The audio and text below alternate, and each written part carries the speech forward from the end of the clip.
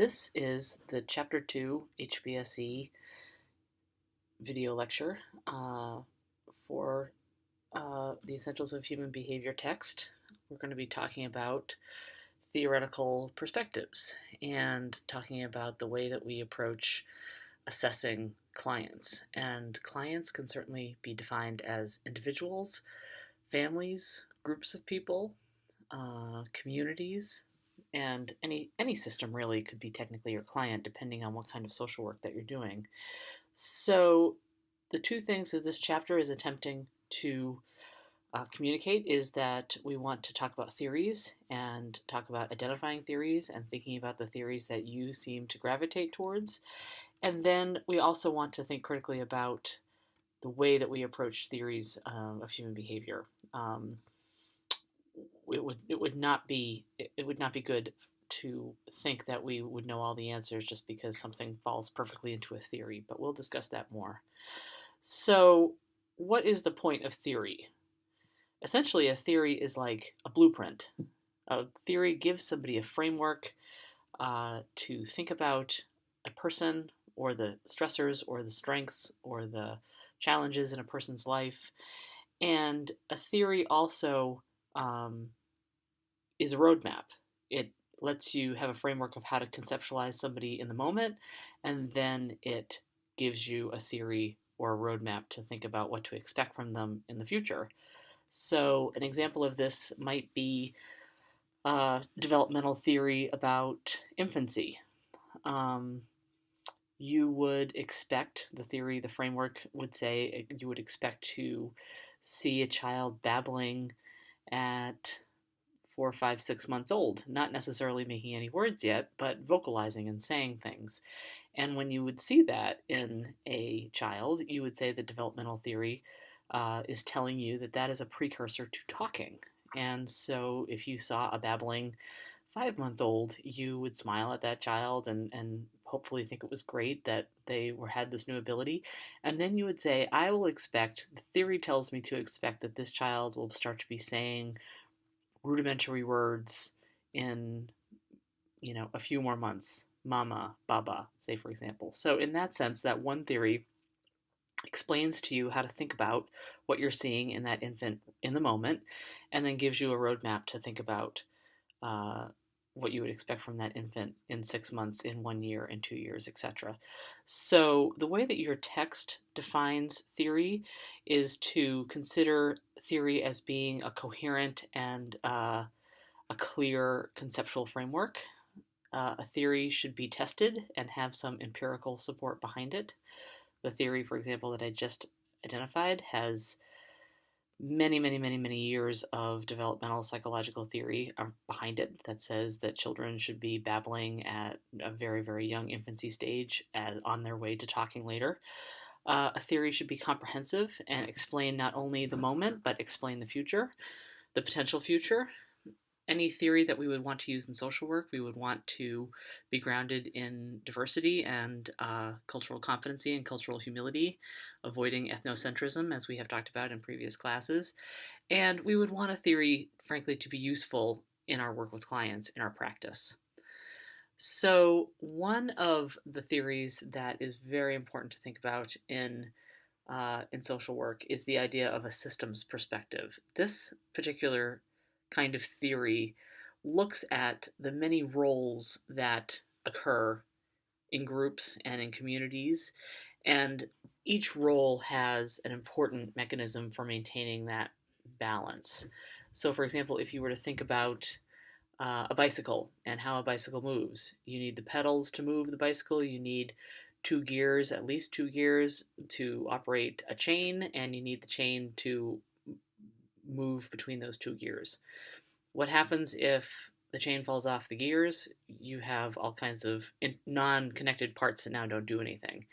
And that is true also among people. If you think about a family, say for example, and that family has two parents, and those two parents divide up different roles and responsibilities within the family, and children have their own roles as children. Now, say, for example, one of those parents has a health crisis, or there's a divorce, or something goes on where the system is disrupted and now the roles don't make sense or the roles are not getting fulfilled, you'll see a major stressor in that system. You may even see the breakdown of that system. Um, and once you see a breakdown in a system, or you see a system that was previously working but now is no longer working, you have essentially chaos theory. And chaos theory is the breakdown of systems, but it also refers to the fact that any one tiny thing changes, and you have a totally different system. That systems are fragile and can be very quickly and immediately affected by any change, small or large. Um, these are the four kind of basic foundations of systems perspective, and we are going to talk more about that in class, particularly ecological theory and risk and resilience theory. Those are two theories that are very much at the foundation of social work. And other related systems perspective theories, chaos theory, like we mentioned, and the idea that we have connections between the natural and the physical world, that would be the deep ecology theory, and the globalization theories, which emphasize the openness of systems. So, for example, here in the United States, we pass, for example, a trade treaty with China, and now our goods are going between China and the US with a lot of fluidity, and we have a lot of back and forth between the system. But since now we've outsourced all of those jobs to China, say, for example, factories up and down the east coast of the United States are no longer functioning and no longer employing people. So, in that sense, if you are one of those people that are no longer employed, globalization has hurt you. If you're a consumer and you want to be able to spend less money to buy items, globalization benefits you. But those are all connected somehow. We are going to talk about the conflict perspective more in class, but suffice to say that as you read in your chapter, the conflict perspective are very much focusing on economic disparities. The idea that in capitalism, everything is basically boiled down to goods and services that are for sale somehow. And so, for example, if you think about social work practice, in most social work agencies, you have productivity standards. Somebody is looking at the amount of client contact you're having in a week or a month, and you are either meeting your target or you're not. That would be an economic way to consider um, your work, and that is a way that your work has been shaped by capitalism, so to speak. And whenever you talk about economic disparities, you talk about the haves and the have-nots. You move into Max Weber, who is a contemporary conflict theory, and what that theory seeks to say is that there are two levels going on at any one time, which is a social and economic level, but also a political level, which includes race and feminism and other forms of theory. So, which is to say that if you look at political structures, you're looking at essentially the voices of the haves and the have-nots. And contemporary conflict theory would say that there is a collection, obviously, of race and class and gender and ability and immigration status all kind of lumped together. And the term that you might have heard in other classes and we'll hear about in this class is the term of intersectionality, that we are all not just one single identity, we are many identities wrapped up in one, and that some identities have value in a capitalist system and some identities don't. And that if you're in the have-not group, then what you're experiencing is disadvantage and inequality, both socially and politically. And so one of the other ideas about how to combat that if you are in a position where you are disadvantaged or marginalized is empowerment theory. And this is where social workers play a really major role, where social workers in a macro sense are organizing people who are generally marginalized or oppressed or in the have-not category, and asking them to think about their inequality, and pointing out that it's not a personal failing, it's a collective systems issue, and asking them and organizing them to take action to increase that power, political power in particular. And so, for example, you see a lot of that happening really over history, but especially lately in the forms of marches and protests at a very large scale. So, one of the things that we will also talk about in class is this issue of social exchange theory. And that is the idea that social behavior is based on the desire to maximize benefit and minimize cost. So, again, you see the influence of capitalism in that. And an example of that would be, say, for example, um, social theory around education. And one of the ideas is that a highly educated population will reduce welfare costs, prison costs, other kind of social vulnerability costs. And so there is this idea that if we say, as a theory, as a political movement, adapt something like the Common Core, for example, where all schools across the country are trying to do the same thing at the same time, that we will maximize the educational benefit and therefore minimize social costs and actually economic costs for people who are not getting a decent education. But of course, that doesn't work out in real life as well as it looks on paper, because of other forms of inequality that make it impossible to have one approach in education maximize benefit and minimize costs. So social workers might have a have an opportunity to come up with a social exchange possibility that does, but we also are often in the position of advocating for people when somebody else's social exchange theory is not helping our clients, who tend to be some of the more oppressed and marginalized groups.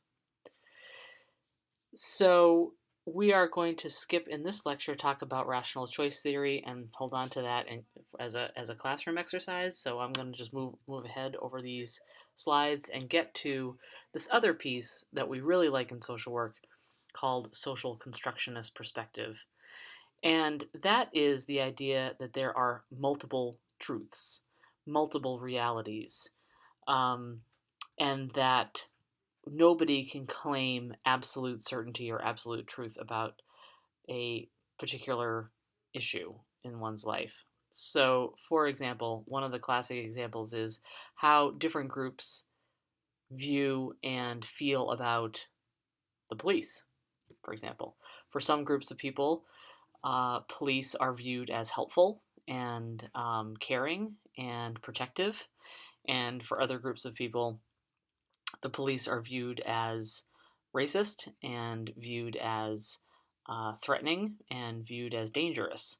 And so those, for example, different perspectives on the police then get communicated to future generations. But that's just one example. Another social constructionist perspective is the definition of family. Say, for example, is family the heterosexual mother and father and two kids?